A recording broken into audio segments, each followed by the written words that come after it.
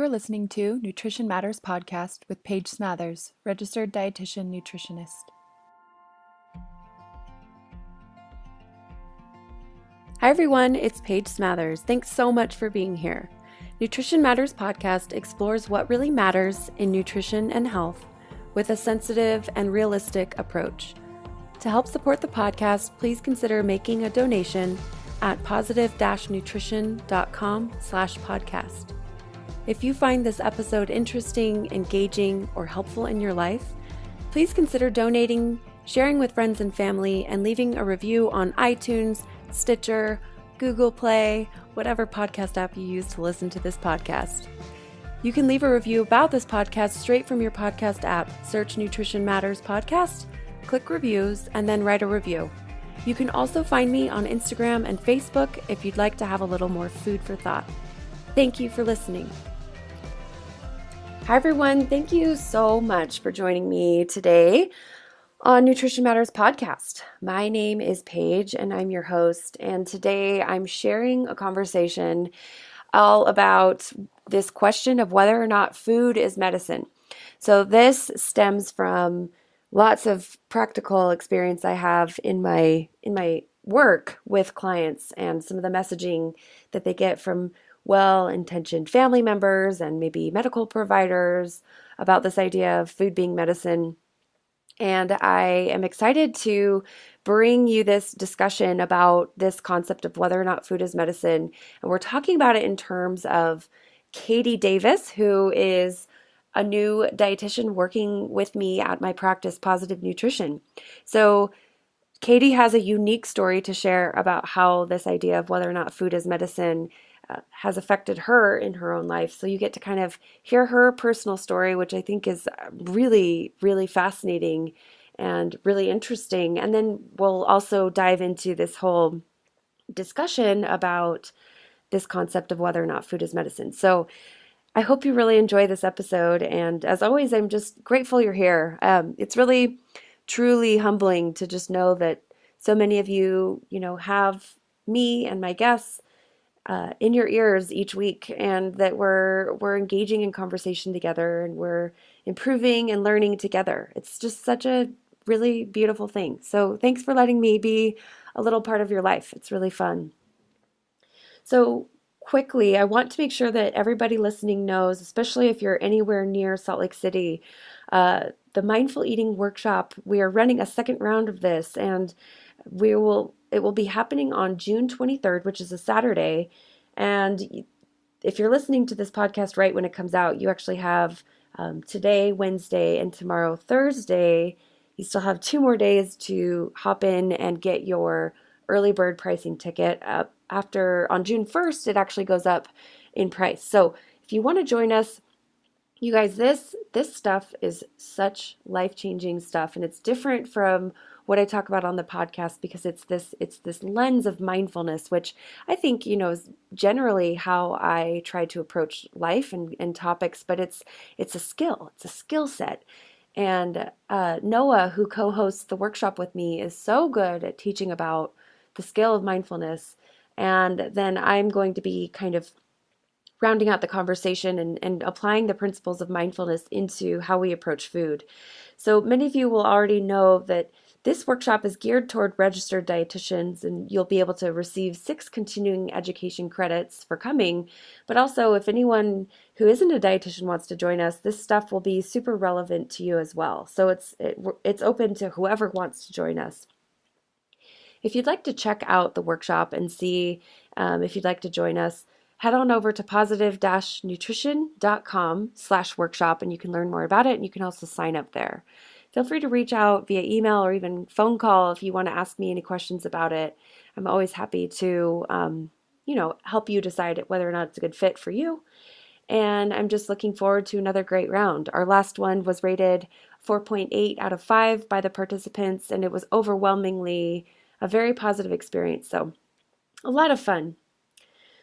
Also, if anyone's interested in joining us in the Facebook group, there's Nutrition Matters Podcast community on Facebook. Just search that and at request to join. And then also Anyone who's willing to leave a review for the podcast is always very, very much appreciated. And thank you to those who have already done that.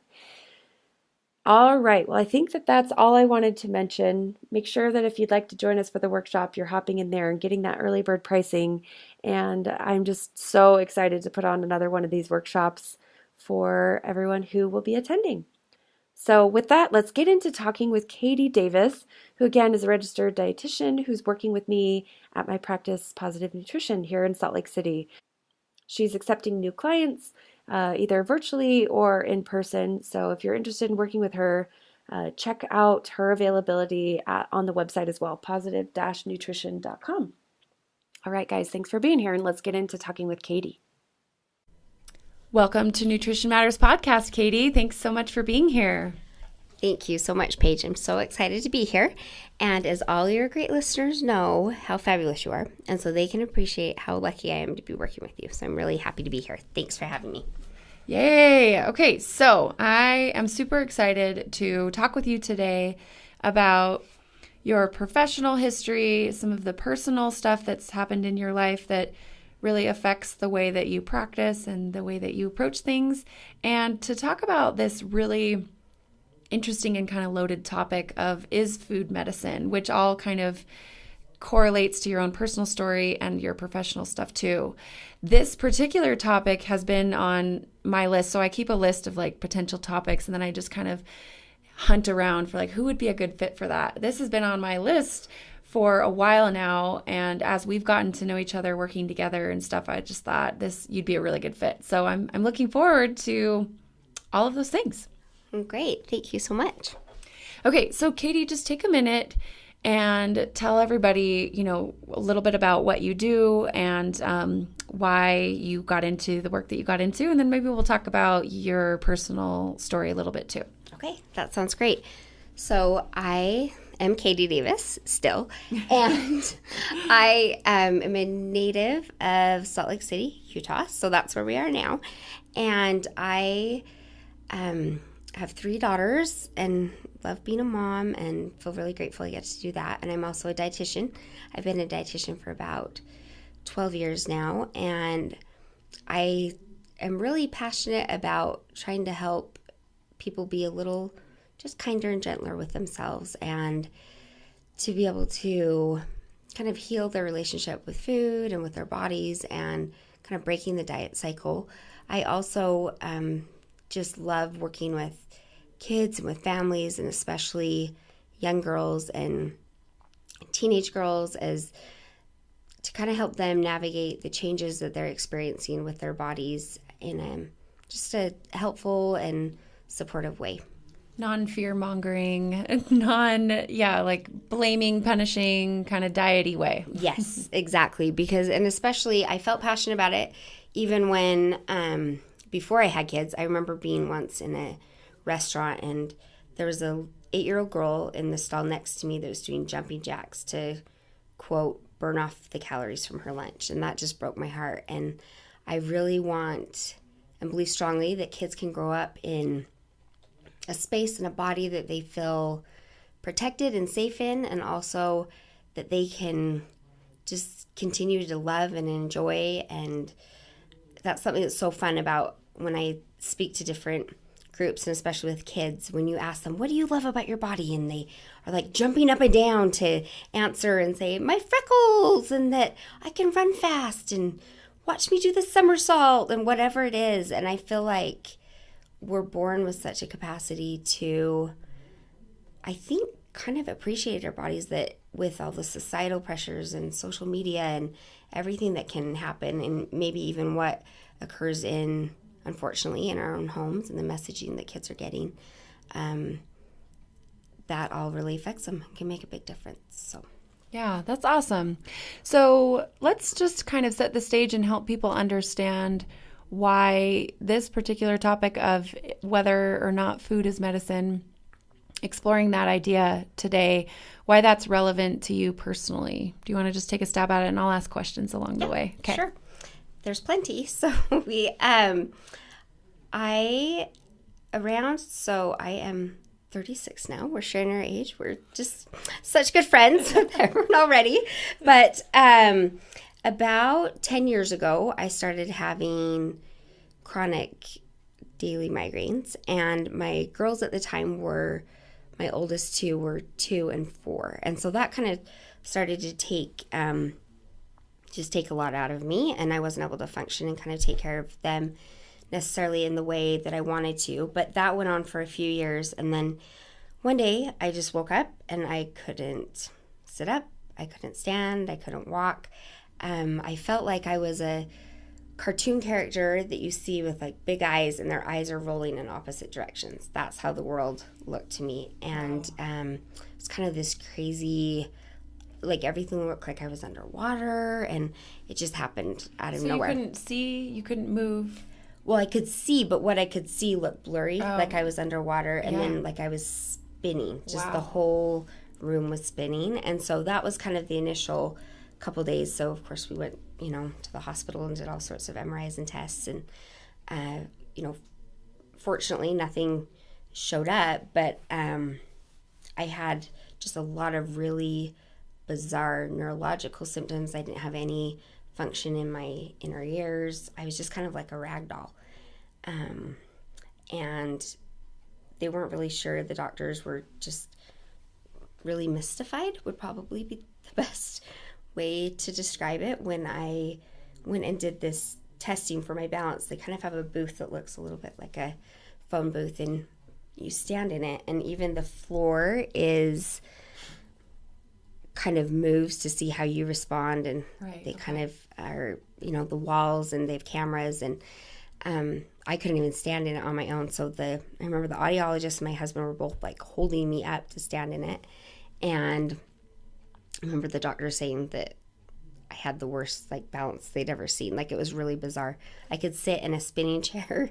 They do a spinning chair test for 20 minutes and it didn't even feel like I was spinning. So it was pretty. Whoa. Yeah. That makes me nauseous just thinking about that. They're like, you'll probably throw up. Everyone usually throws up. But I didn't even feel nauseous, or it was like I was just sitting stationary in a chair. So kind of bizarre. Oh my gosh.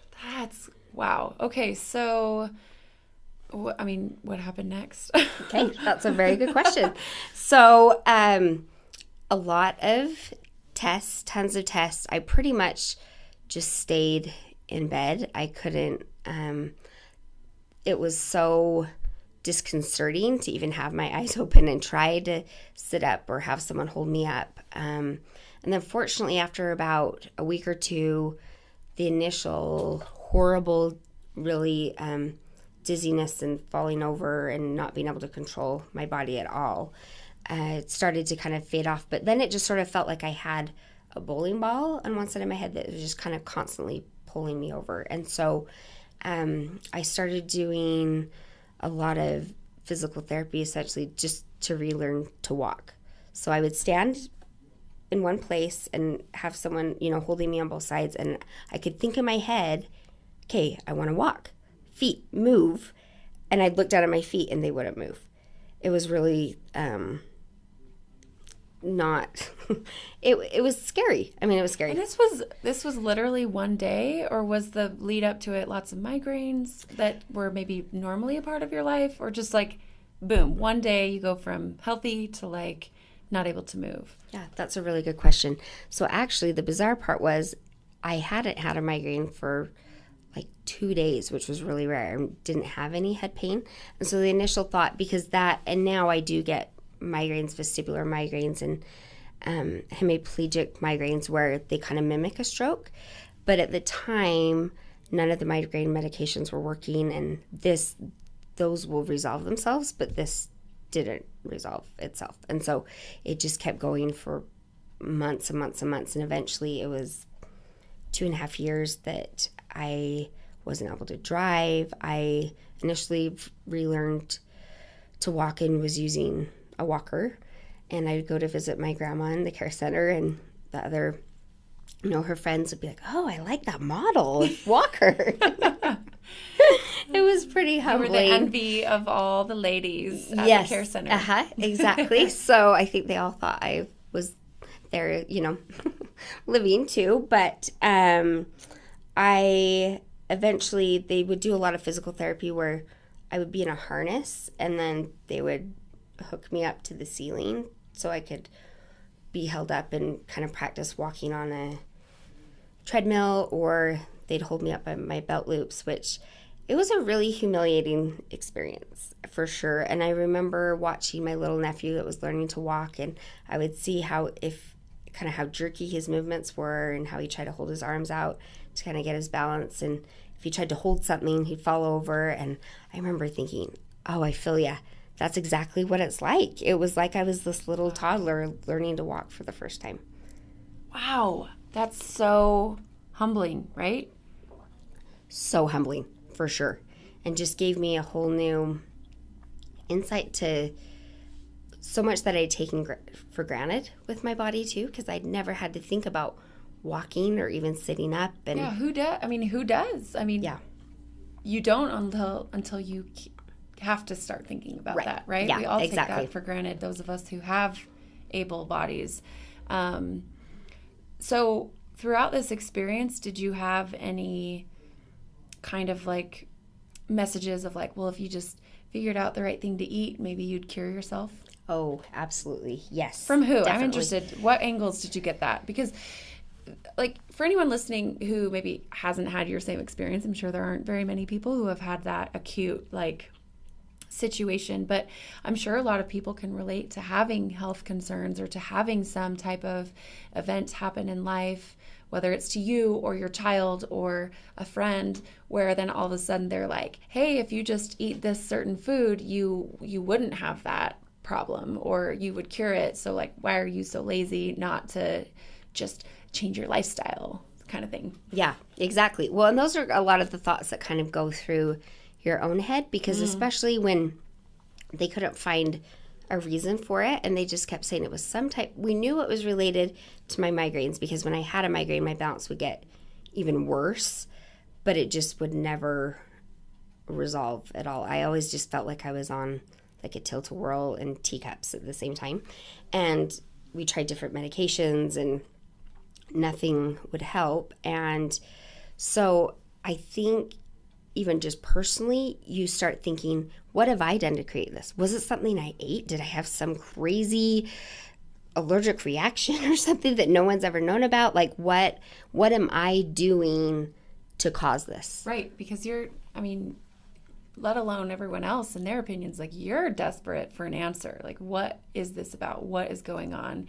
And what have I done to myself? And then you add on what other people are saying, and it can add fuel to that fire for sure. Yeah, definitely. And if there's one thing I've learned is that everyone's experience is so unique. We all have our stuff, and there's so many well-meaning people that, they're sad to see you suffering and they want to help, and they hear about something that has worked for great Aunt Edna or whatever else, and and I know that they want to help, but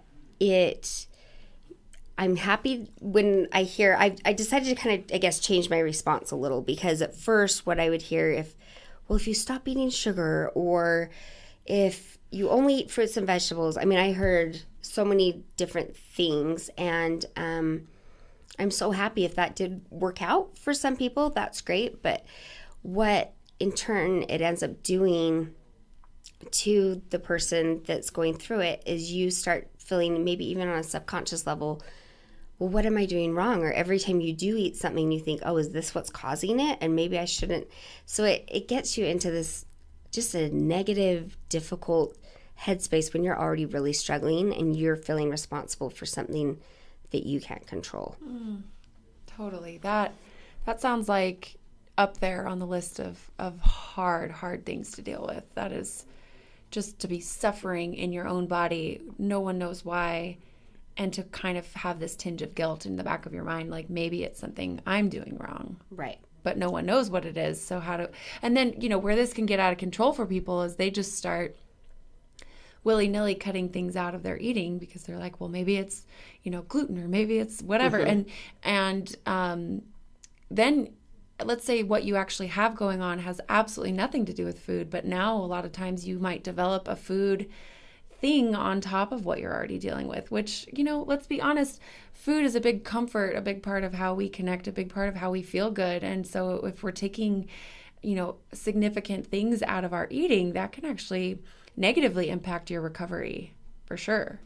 Definitely. That's such an excellent point, Paige, because one of the big, blessings of food and why we eat is so that we have the energy to do the things we want to do. And especially when you're in a state that your body is trying to heal, of all times that you want to feel nourished and be able to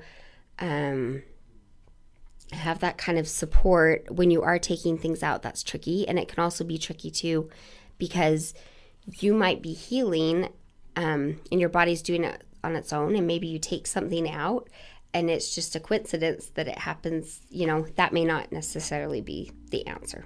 For sure. And that's the tricky thing about food is there's so many factors and variables. And when something goes wrong with our body, or when something is off or is not feeling right, it is so tempting to just blame food or to turn to food as the cure.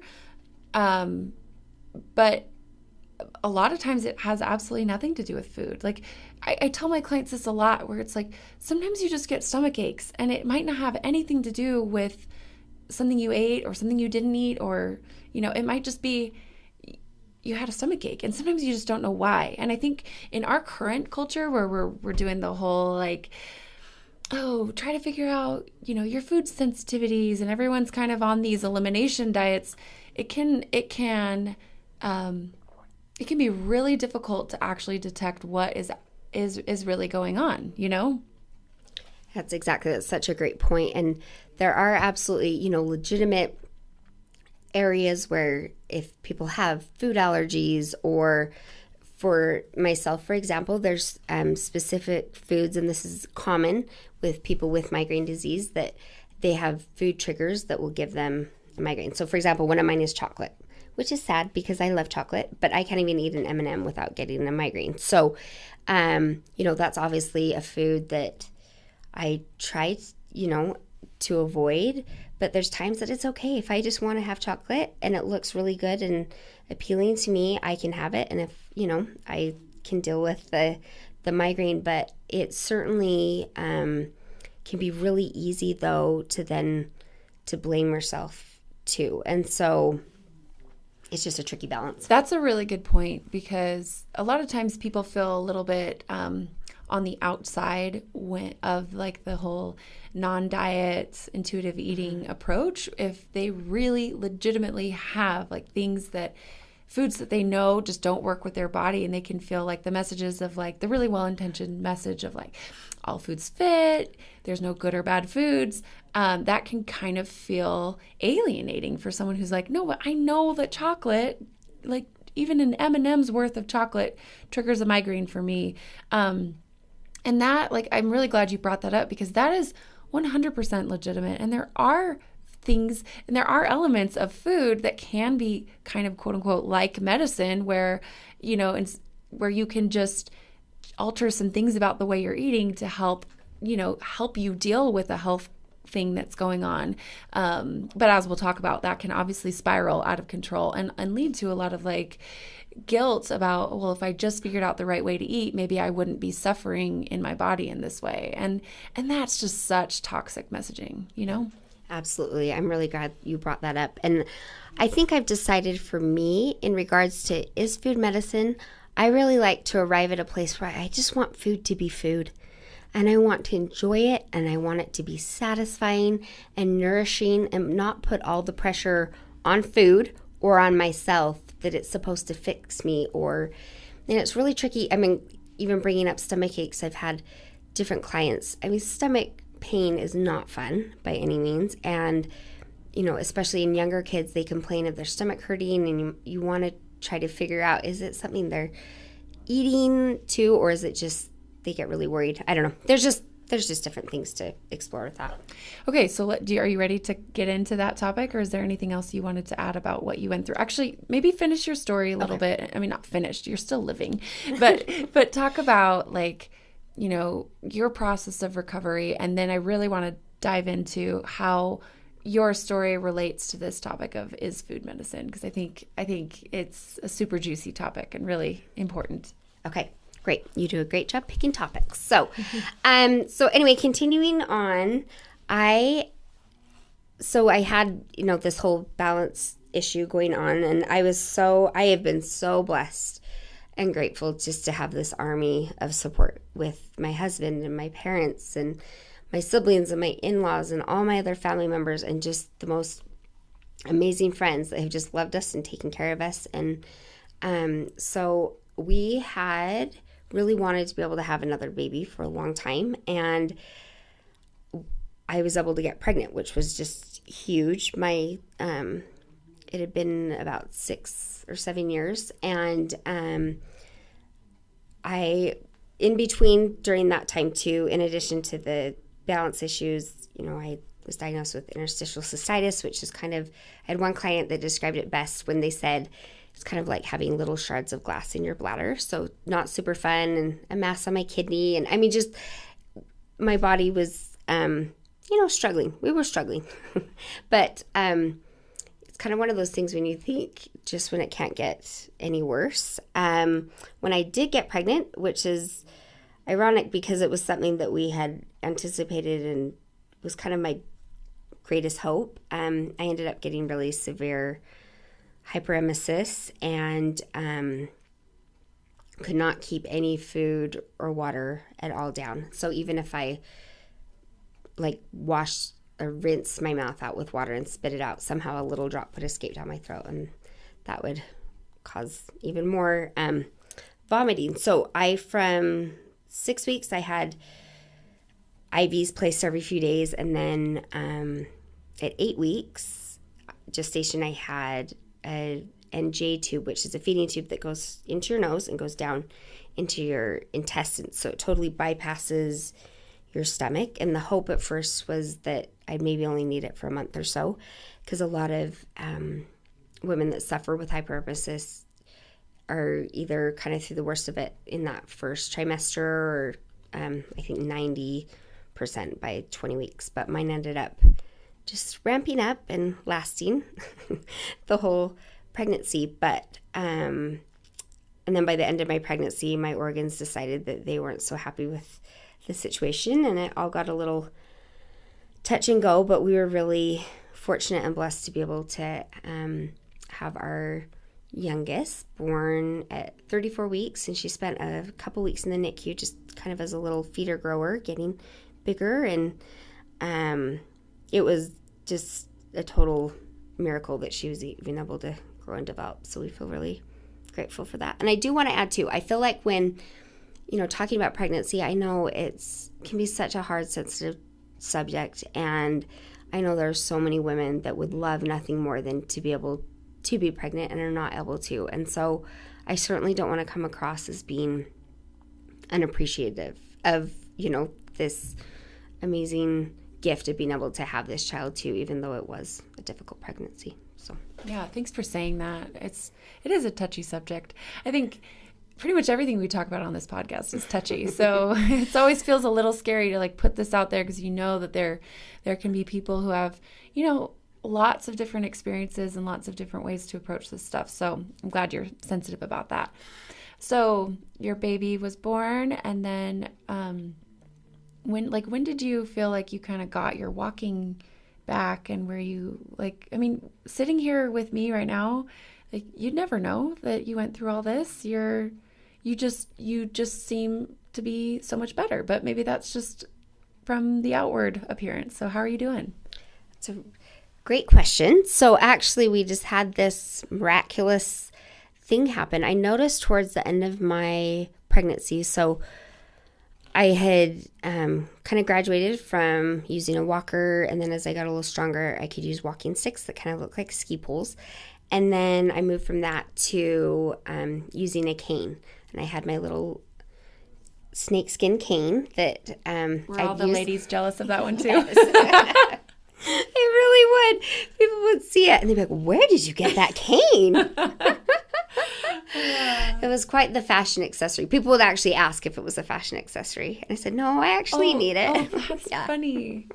So I was bringing canes back in style. I love it. That's cool. You were like blowing everyone's stereotypes out of the water. Yes. You're like, no, this is my walking aid. Thank you. Yeah, exactly. My before I was pregnant and could still volunteer in my girls' classrooms, they would say, well, before you come, can you just look a little less old? And so, your daughters would say that too? They were embarrassed of my walking sticks and my cane. And can you just look a little less old? Yeah.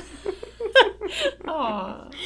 But anyway, so going back to the last couple weeks of pregnancy, I just noticed I was getting a lot stronger, and I wasn't relying on, strong in the sense of my balance was getting better. I was quite weak overall at the time. But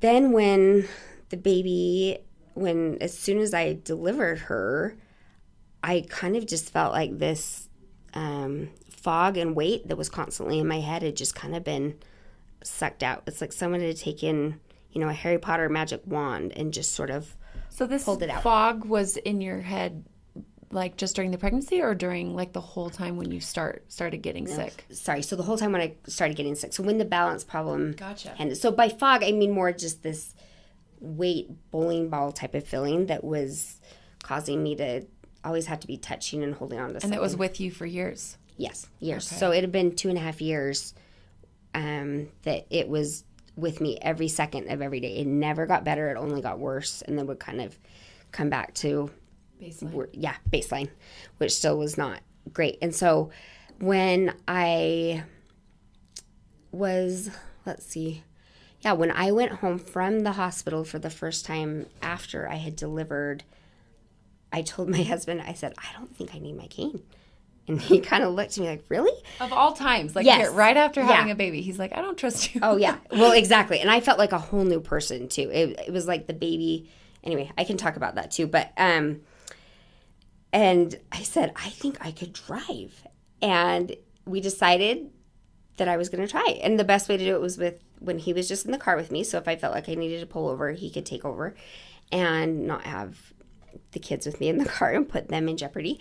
And so I was actually able to drive home from the hospital and felt really good. It was scary emotionally, but physically I felt fine. And I had this whole team of amazing physicians that were taking care of me all through my pregnancy. And I remember one that I sat down with that just said, I cannot think of a single medical reason why that pregnancy would have healed your balance and neurological issues. Like, it didn't make any sense. So we are just taking it as a miracle and being so grateful for it. And there were a lot of really interesting things that happened. I never would have imagined that I would have been that sick, and my pregnancy was just pretty brutal. I mean, I was, vomiting 40 to 50 times a day, and it just didn't stop day or night. And I had this condition called tylism, where you have excessive spit and saliva, and so I would constantly have a tissue in my hand to remove the saliva. And my husband would joke and say it was my pregnancy rabies, because that's the same thing that happens. They actually call it's tylism in dogs when they have rabies too. Oh, so wow. That was kind of fun. So they said I was losing like 2 liters of fluid a day through spit alone when I was already so dehydrated. It was just funny. At that point, you just have to kind of like find. Well, it wasn't so funny, but now we can look back and laugh. Wow. Okay, so you had this baby and you felt like you felt a ton of relief with delivering her, and then drove home from the hospital, which is amazing. And then how old is she now? Like 3 or 4? Okay, so 3. So talk about what's happened over the last 3 years. Okay. So I mean, recovering from the pregnancy, I truly felt like I had a body transplant. It was really amazing. From the time my water broke, within 30 minutes, I started to feel hungry, which I had not felt the entire pregnancy. And then, I needed to kind of get stronger and kind of rebuild just my energy stores and everything too. And also kind of learn to re-navigate even just eating and food. And I was so excited to eat again. Actually, the thing I was the most excited for was to drink a glass of water. My husband knew that was his number one job, to go get me just a big glass of ice water after I had delivered. And were you able to just suck it all down? That's the amazing part. I was. That's crazy. It was crazy. The baby was out of me. Because you think you have to, like, start slow. Yeah. Like, okay, little sips. And you're just like, no, give me all the water. And I did. And, I mean, my stomach definitely, it hurt after. But the amazing part was I did not throw it up. And I did not throw up any of the food that I tried. I started with a saltine cracker. And I still don't think anything will ever taste as good as that first saltine cracker. Because you hadn't eaten for 9 months? Yeah.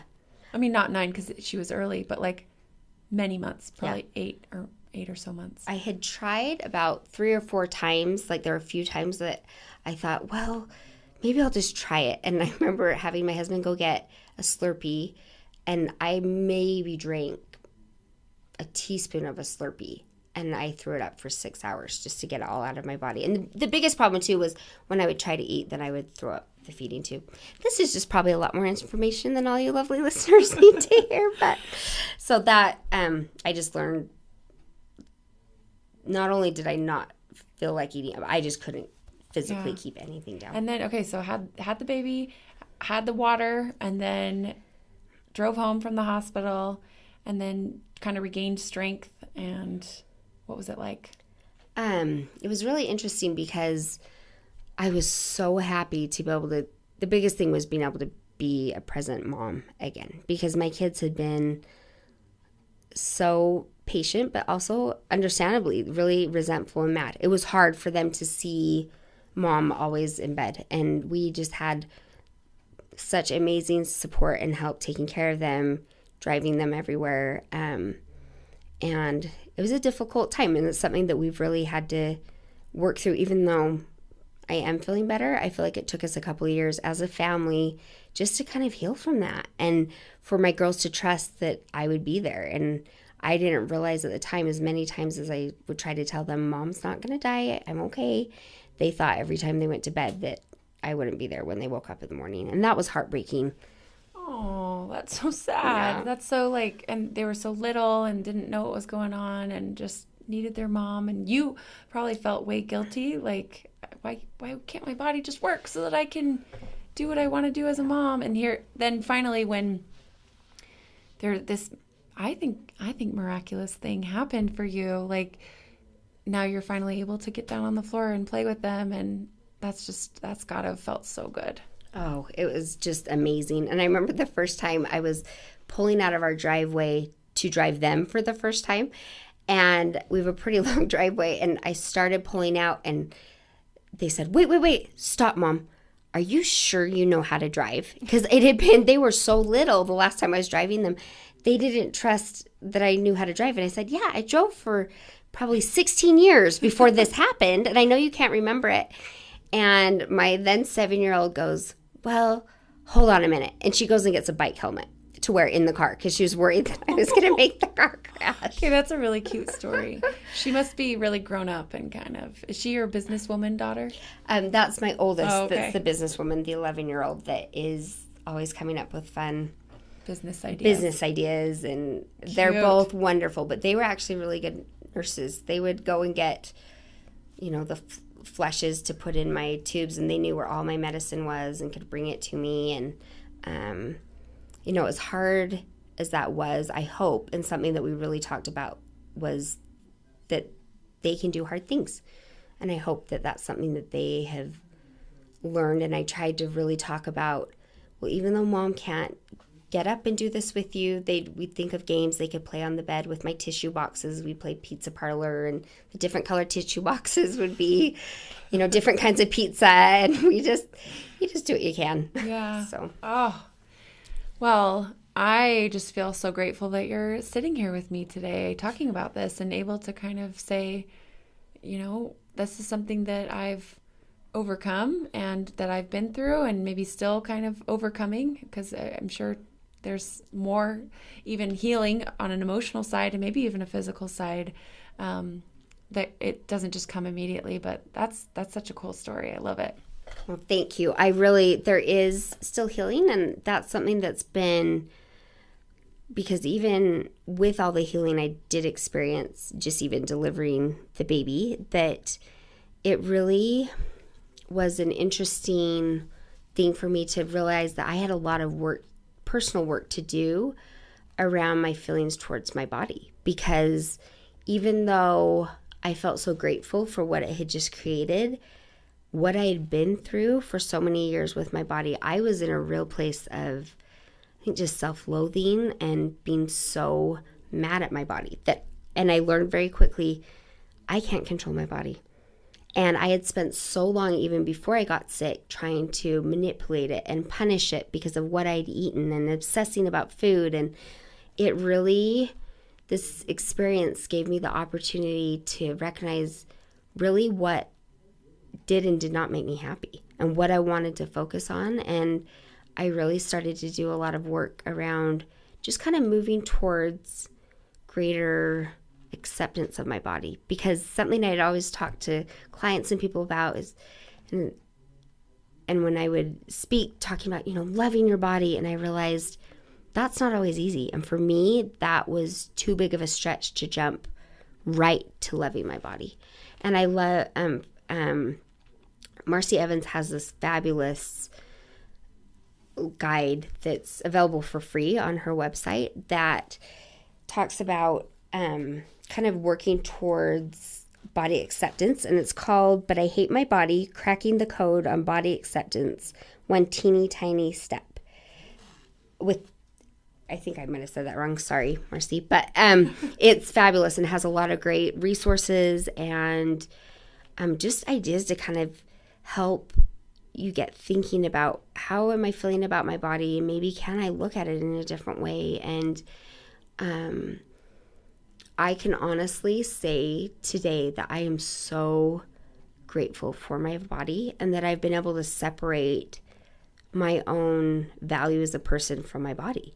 That it's not about what my size or shape is, or even what my body is or is not able to do, because I do still have limitations, and I really need to listen to my body and honor it and know when I need to lie down. I still need to lie down every day, and sometimes it's multiple times a day, and I know how the heat still kind of affects my balance or my migraines and, different things like that. But overall, I have just had such a really sweet renewal of appreciation for my body.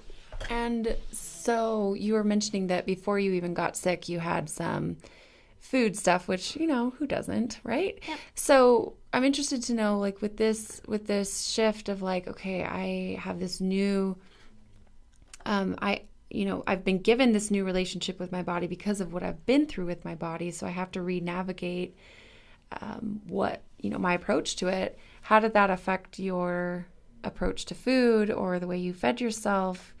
Because for me, and with, my experience is that when we learn to accept, appreciate, love, be gentle with, be nicer to our bodies, that can often really help us with how we feed ourselves too. Because that's so often the big barrier. But go ahead and talk about how that affected your relationship with food. So it was really interesting because my initial reaction to food was I was so excited to eat again. So excited. And so, but what happened was my stomach wasn't quite ready probably for all the food I wanted to eat, and I get full really quickly. And so it was kind of re-navigating and experimenting with my hunger and fullness cues too, because I would often try to eat, maybe foods and quantity of foods that looked really good to me, and then I'd feel kind of sick after because I get full really quickly. And that happened for probably the first year. No matter what I ate, I just, kind of had a little bit of a stomach ache.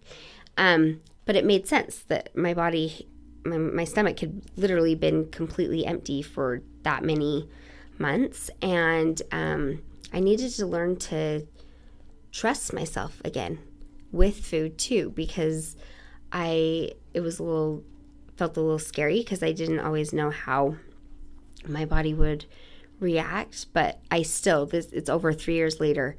And the other day I was eating apple crisp, which I love, with vanilla ice cream. And I just kept thinking, I am so glad I can eat this. And I can be a part of my family eating it together. And missing a lot of that time with them. But I also, funny, sometimes when I would be driving in the morning to go see my daughter, who was still in the NICU, because I would come home at night and be with her all day, I still remember coming and getting on the freeway the first time I went all by myself. And I just out loud went, woohoo! Because I was it was like this freedom. Like you're 16 again. Yes. Like, yeah, I'm so free. I can drive myself. That's got to feel weird as like a 33-year-old woman. Oh, it was. I mean, I looked like it was the first time I'd ever touched a steering wheel. And I remember driving down the freeway and I realized, oh, I forgot to eat. Like I hadn't even, my whole thought, I didn't have to think about food necessarily when I was pregnant. It was more about when I would need to change my feeding tube bags, or actually I couldn't do it myself. So my husband would joke and come home at night and say, okay, what are you having for dinner? Steak and potatoes or whatever as he's pouring in the feeding tube formula. And I just want to give so much love and a whole new appreciation to individuals that have either had feeding tubes or TPN or whatever from in the past or currently.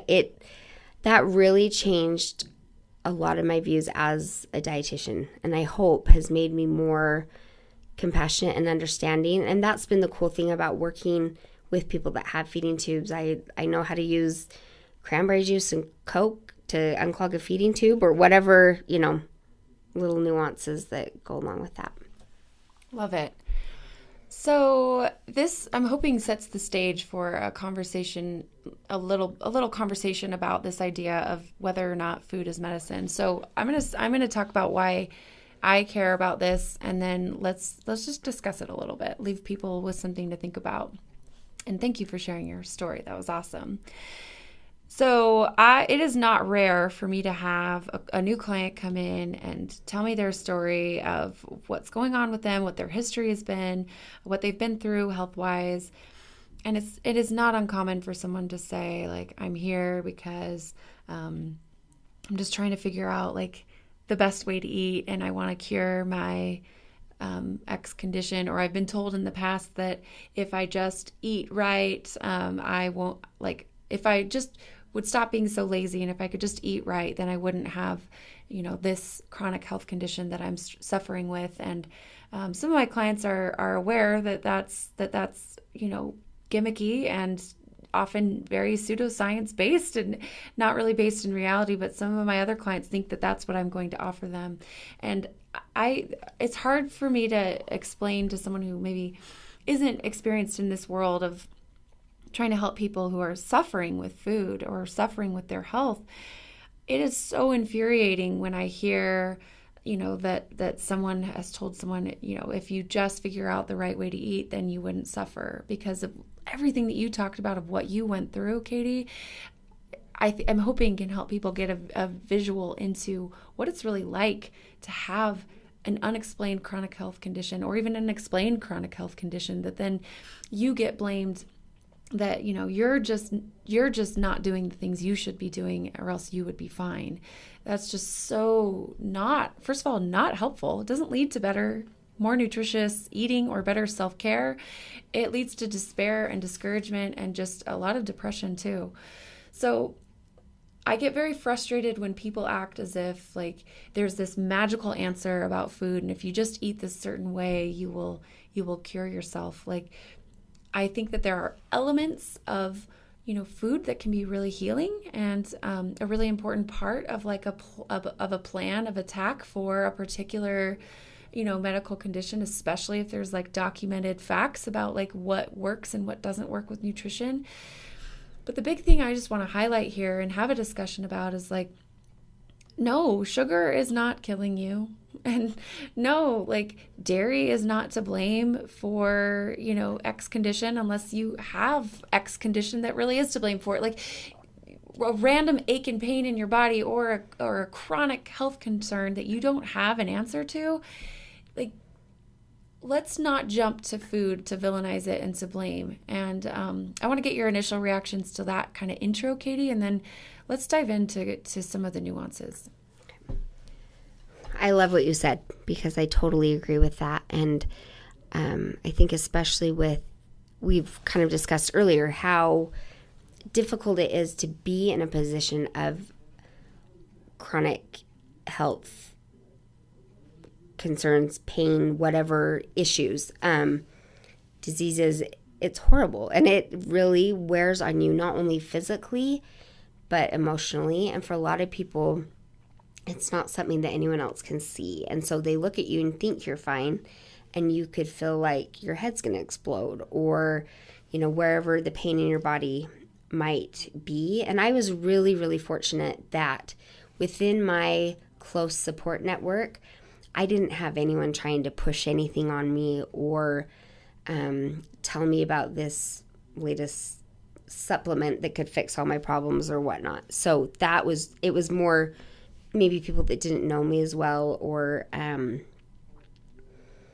that kind of thing. So I do feel very grateful for that. But it's just something to kind of be sensitive to as we do approach people. And I know that there's so many people that have gone through so much worse than I have, and with cancer, and they've experienced loss of loved ones, and that's all so difficult.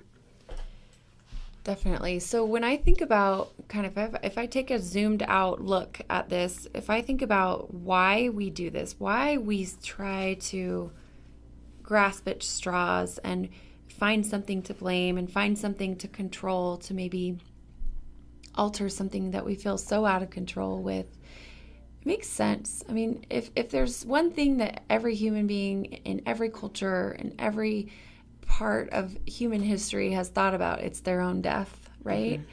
And so I think it's not to be doom and gloom, but I think it's one of those things that, like, it's scary for most people. It's unknown. It feels you don't want it to happen because you love, family and life, and hopefully you're in that place where you want to be around for those things. But I think that we're so desperate for answers and for control over something that in the end we really don't have control over. And so I think that that's the root of why people will say, oh, just cut this out or don't eat that, or oh, you got cancer and so that's because you eat this certain way. Like all of that food as medicine rhetoric, like I think it comes from that deep, deep place of like, I want to control this thing that I'm scared of, I think you really hit it. I think that's exactly what happens. And it does, so much of what we can do can be motivated by fear. Exactly. And people want to know, oh, this is the food that you won't get cancer. You will be able to live as long as you want if you follow X, Y, and Z. But that's not the reality. And I think especially for people that are suffering and are really sick, you get so desperate for anything that can help you.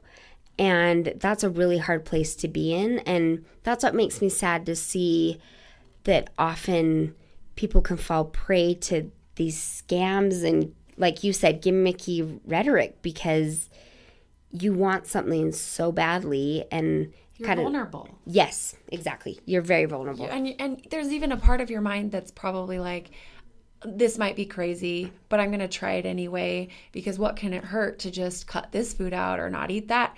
But my hope in exposing people to this idea that, like, my firm belief is, like, food is food.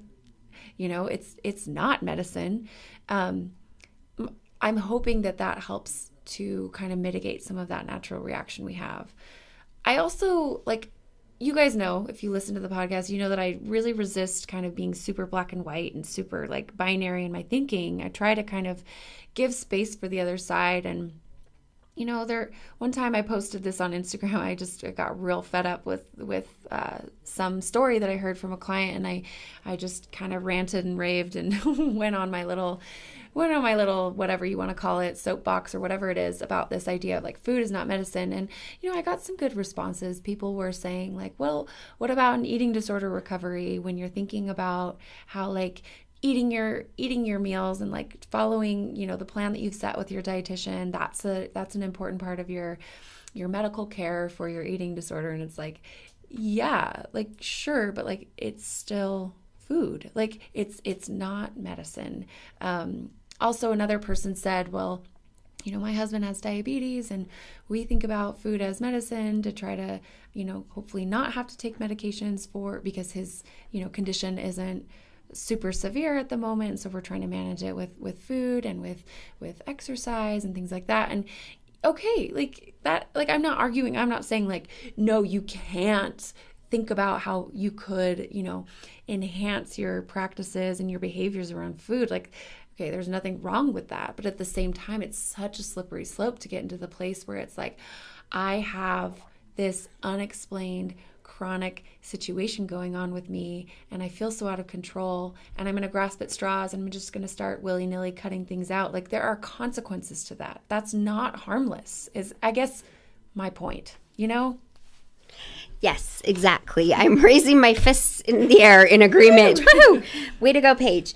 Because that is so true. And the consequences, I think, are really important to talk about. Because, okay, so let's talk about them. Okay. Do you want? You go. Okay.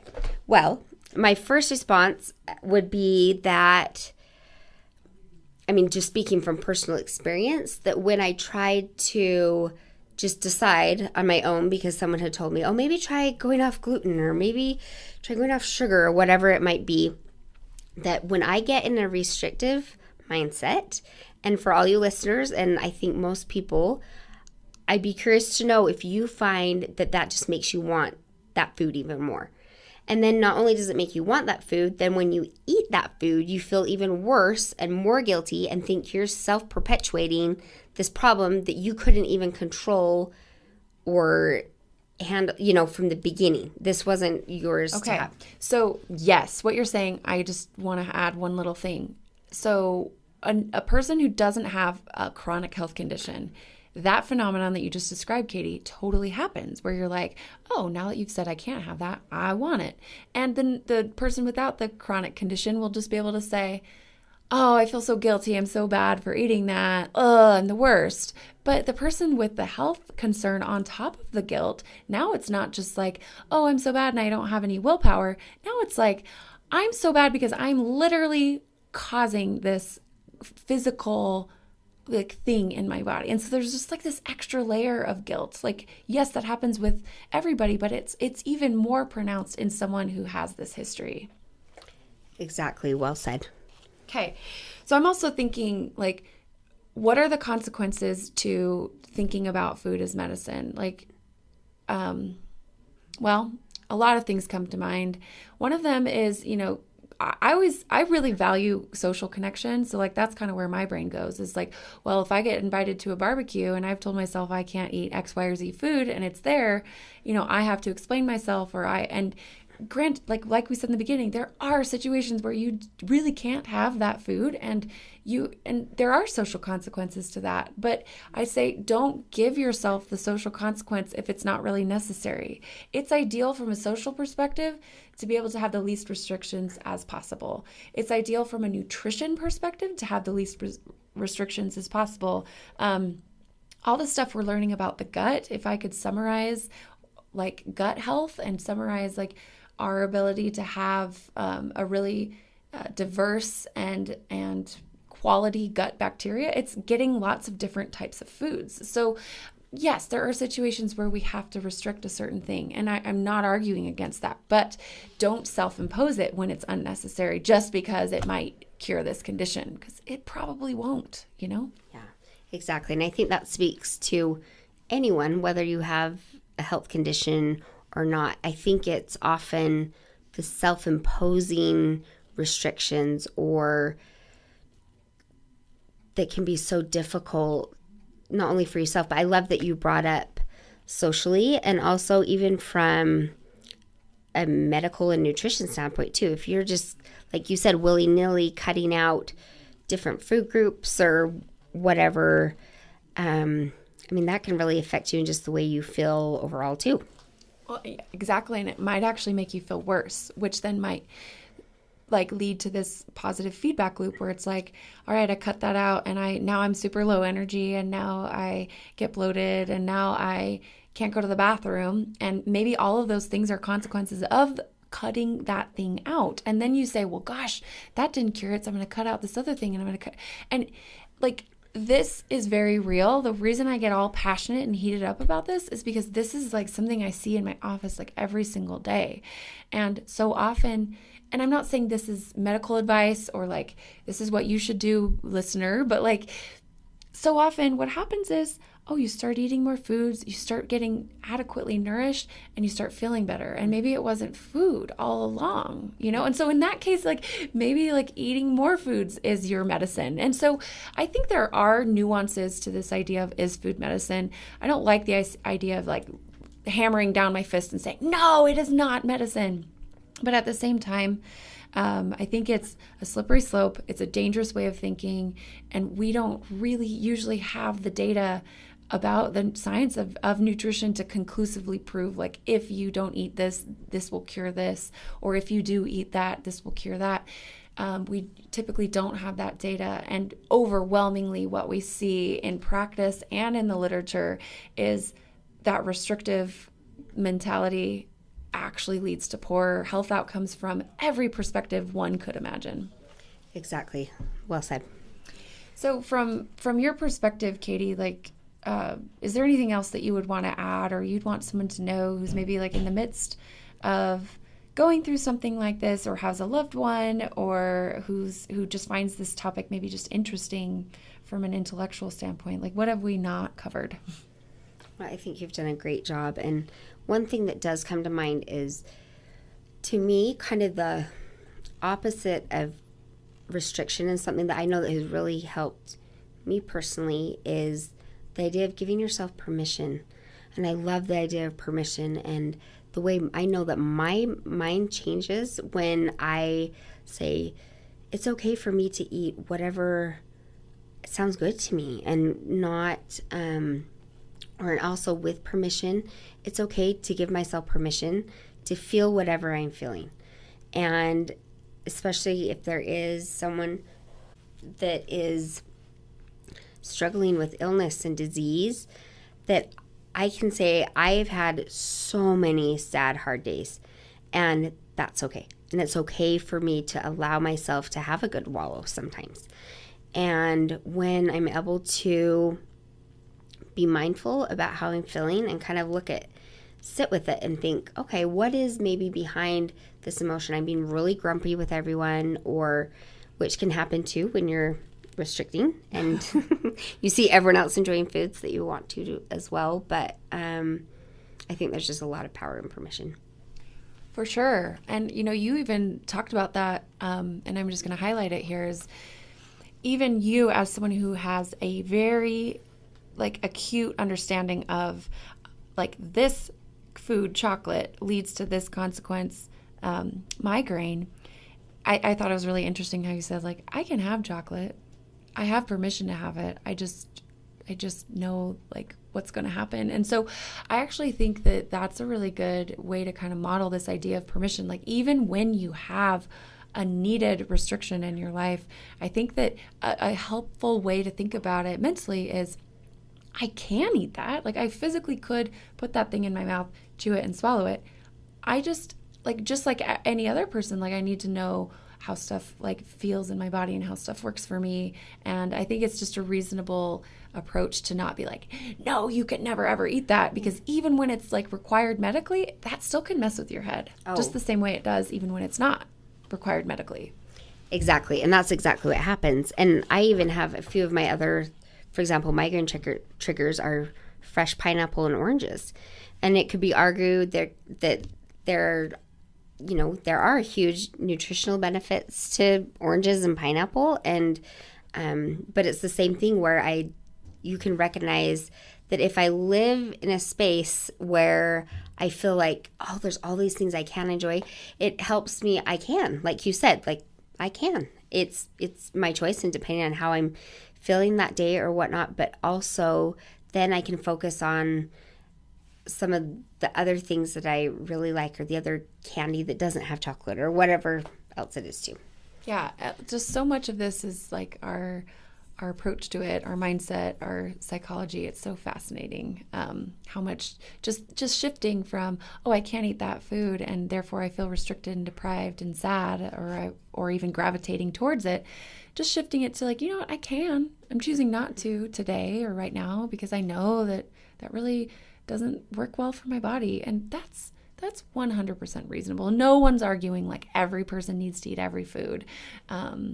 But yeah, I'm hoping that the conversation we had about this idea of whether or not food is medicine in context of your story, Katie, and then just in context of just in general, I guess, I'm hoping that we've given some people some things to think about because, and if you're in a different place than what we've said, or if you disagree, like that's okay too. Mm-hmm. I really like the idea of like leaving room for people to just like use this as something to think about, not necessarily like if you don't agree, then you're not allowed to like listen to this podcast. Like we can still be friends. I'm speaking from, not personal experience, honestly, with this. I'm speaking from professional experience and seeing the pain that some of this approach and mentality causes for people. And so I recognize that like I see the world through a certain lens, and you see the world through a certain lens, Katie, and people listening see the world through a different lens. And I think this world needs a little more coming together rather than like feeling so like angry. So if this podcast kind of made you mad, like it's okay. Let's stick around. Yes, exactly. I couldn't agree more. And that's what it comes down to. We all have our own background and schema and the things that we bring to the table. And so what I feel really strongly about because of my personal experience, that's great for me. And you might not, have the same feeling. And we talk in our house a lot about great for them, not for me. And that's okay. We all get to decide what we think and feel, and that's okay. And I think, Paige, you do such a wonderful job of being willing and open to looking at, different sides. And I think that's really huge. And hopefully we can do it and have a, respectful dialogue around these types of issues too. Yeah, I think we all do better when we are willing to engage in a dialogue. So thanks, everybody, for listening. Before you go, I just want to have Katie take a minute to talk about her role with my practice, and then also just wanted to let everybody know that she is taking new clients. She is equipped to take on virtual clients as well as in-person clients. Her schedule, you can reach out to her individually, or you can find her schedule on the website. So it's positive-nutrition.com. And then there's a button at the top right that says make an appointment. And you can see her schedule there. Or if you don't see something available and you want to work with Katie, she has the ability to be a little bit flexible. So you can always reach out to her via email. So it's katie@positive-nutrition.com. But Katie, take a minute. I just wanted to say all that because I didn't know if you'd remember. But yeah, go ahead and just take a minute to talk about taking new clients and you and what you do. Okay, great. Well, I'm really excited and feel very honored to be able to work with Paige, because I feel like as soon I got to hear her speak at a conference, a big annual conference for all the dietitians in Utah, and I was just blown away at her expertise, but also just her whole approach to food and eating and movement, and how closely aligned we were in that regard. And I am so excited. And to me, I feel like I learned so much from every client that I meet with, and I'm always learning. And that's something that's so wonderful about this job. And I hope to be able to, help clients however I can, but also knowing that they help me too, which is a pretty great thing. Oh, I totally agree. I know. Every single appointment I have with someone, I learn something. Like it's really it sounds kind of cliche, but it's like really true. Yeah. So we're both really grateful to be able to do this work, and it's so fun to do it together. So I'm so excited to introduce all of you to Katie, my new dietitian who's working with me. And if anyone's interested in working with her, again, you can reach out via email or hop onto the website And thanks so much, Katie, for being here with me. It's so fun to record a podcast in person. I love it. Well, I love this opportunity, and really, Paige, thank you so much.